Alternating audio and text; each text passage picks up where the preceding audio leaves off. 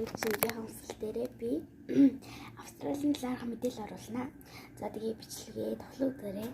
Эхнийх нь мэдээлэл болохоор эмчний талаар байгаа. Буюу кенгурууны талаар. За тэгээд энэ нь болохоор кенгуруу 8 нэр их байдаг Австралид. За тэгээд Австралийн ер нь орон бүрд байдаг. За тэгээд тийм учраас кенгуруу нь одоо ингээ машин замд өртөөд тэгээд бас ингээд дайруулж майруулах нь их олонтой байдаг. Тийм учраас кенгуруу байгаа гэсэн тэмдэгтэй зүүнээс маш их байдаг. Хоёр дахь мэдээлэл нь болохоор наар шалгахын тухайгаа. За тэгээд яагаад наар шалгахын тухай явж гинэ гэвэл за тэгээд наар шалгах нь болохоор ингээд 10,000 ширхэг наар шалгахын газар байдаг. За тэгээд яагаад ийм олон байна вэ гэвэл Австралид нэг гоё газар. Тийм болохоор ингээд наар шалгахын газар чинь өдөр болгон наар шалгахын газар ороод байна гэвэл бараг 25 жил болж мэдэх байх та.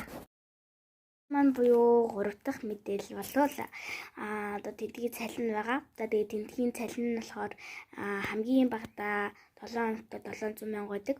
За тэгээд тийм учраас энэ нь бол энэ Австрали гэдэг газар нэг боломжийн амжилттай байна гэж бодох нь дээр. Баач маань одоо ингээд 4 дахь мэдээлэл болвол одоо ингээд нэг юм амар урт машин байд юм байна. За тэгээд тэр нь бол мэдээж ачааны машин.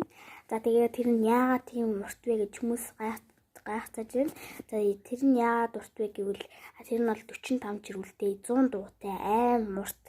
За тэгээд тэрний талаарх зураг нь бол одоо энэ дээр гарч ирнэ. За тэгээд энэ нь бол ингээд яг бус тэр харуул амар урт юм байна.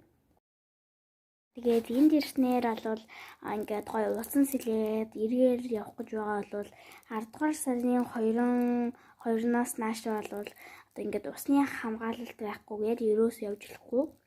За яагаад гэвэл одоо тэрнээс хойш хэсгүүд нь тэгээд тэрнээс нааш бол зүгээр тэрнээс хойш хэсгүүд нь бол уснууд нь хортой болсон байдаг. За тэгээд тийм учраас ингээд энэ дээр юм зөм туурах юм уу тиймэрхүү шинж тэмдгүүд илэн тийм болохоор тэр хугацаанд бол мэдээж усны хувцас авчлахгүй анхаараарай. Тэгээд саяных бол 5 дахь мэдээлэл лээ. Одоо болохоор 6 дахь мэдээлэл.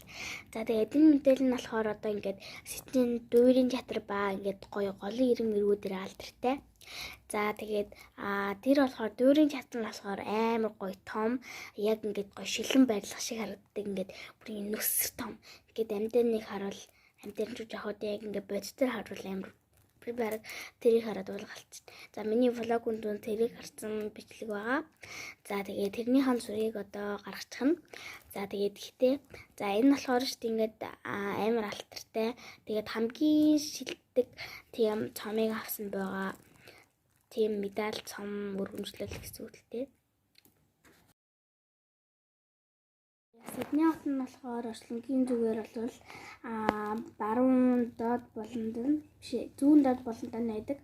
За тэгээд бас ингээд бэлэг тэмдэг нь бол ийм шилцэлбэртэй байдаг.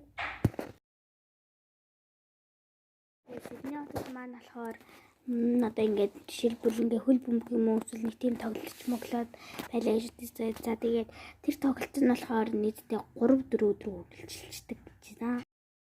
За тэгээд одоо миний бичлэгийг үзэж дуусгасан бол баярлалаа. За тэгээд одоо дараачих бичлэгээр болохоор би гоё ингээд жимс юм гэсэн гэтээ бас тэрнээс өөр зүйл хийж ч магадгүй. За тэгээд тэрнээс өмнө бол би бараг дуурин театр метрээр яваад тэгээд тэр хасаа бүтэн сайн дулаалдаг. Хасаа бүтэн сайнээс өмнө бараг 2 өдөр мэн. За тийм учраас тэр хооронд бас гоё влог юм уу мэдээ оруулахыг хичээнэ. За тэгээд дараагийн бичлэгт баяртай.